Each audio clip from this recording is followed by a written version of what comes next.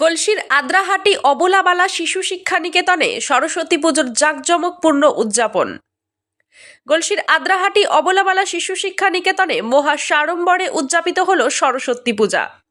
বিদ্যালয়ের শিক্ষক শিক্ষিকা, পড়ুয়া এবং অভিভাবকদের সক্রিয় অংশগ্রহণে পুজোটি অত্যন্ত জাঁকজমকপূর্ণভাবে সম্পন্ন হয়।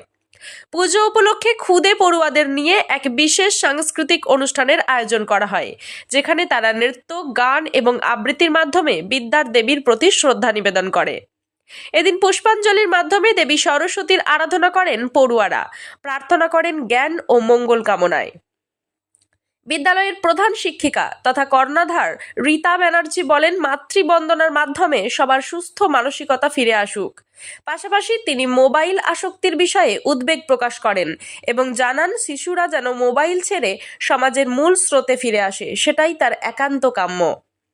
এই আয়োজন শুধুমাত্র ধর্মীয় অনুষ্ঠান নয়, বরং শিক্ষার্থীদের মননশীলতা এবং সৃজনশীলতার বিকাশেও গুরুত্বপূর্ণ ভূমিকা রাখে। ভবিষ্যতেও এই ঐতিহ্য অটুট থাকুক, এটাই সবার প্রত্যাশা। গলসি থেকে পরিতোষশীলের রিপোর্ট, সোজা কথা নিউজ, পূর্ব বর্ধমান। প্রথম কর্মসূচি যেটা আমি বলতে চাই সেটা হচ্ছে যে দীর্ঘ 25 বছর পরে আমাদের বিদ্যালয়ে মাতৃবন্দনার আয়োজন করেছে। এটার কারণটা কি? কারণ যেহেতু একটা বিশাল বাজেটের ব্যাপার, প্রথম দিকে হয়তো একটা অল্প বাজেট হতো, কিন্তু আমাদের তো সোর্স অফ ইনকাম বলতে শুধু গার্জেনদের কাছে কি আমরা যে সামান্য কিছু পাই তার উপর বেশ করে আমাদের পুজো। প্রথম দিকে আমি ওটা করতে চাইনি, কারণ বাজেট তো ক্রমশ বাড়বে। তো এবার সবার মানে প্রত্যেকটা স্কুলে দেখেই মনে হলো যে আমাদের স্কুলে মাতৃবন্দনা করার দরকার।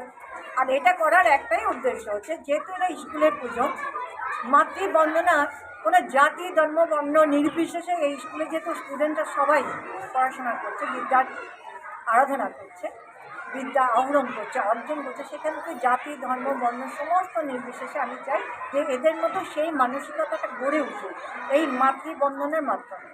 আমরা ছোটো ছোটো একটু অনুষ্ঠান রেখেছি সন্ধ্যেবেলার দিকে, যদি করার করার কথা আছে, কতটা কী করতে পারবো।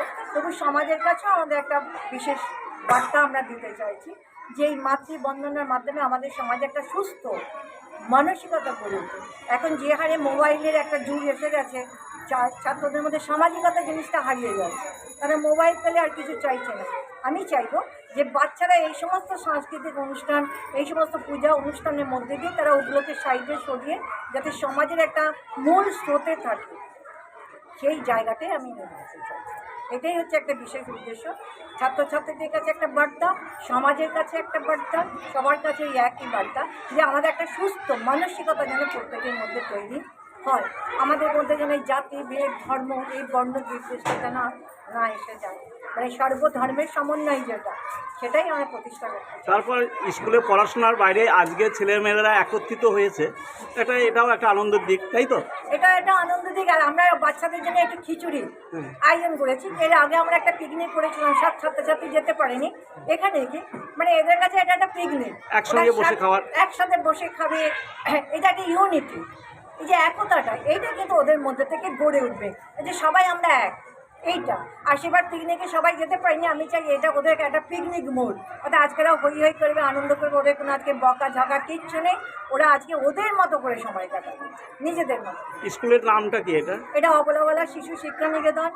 আপনার নাম ও পরিচয়? রীতা বন্দ্যোপাধ্যায়। আমি আগে লোয়াই স্কুলের শিক্ষিকা ছিলাম, টিআইসিও ছিলাম, বর্তমানে রিটায়ার করে এই স্কুলে পুরো কর্ণধার হিসেবে পুরোটাই এখন আমি নিয়ে আছি এবং চাইছি যতদিন বেঁচে থাকবো ততদিন এটাকে নিজের করে তৈরি করার চেষ্টা করব। ধন্যবাদ।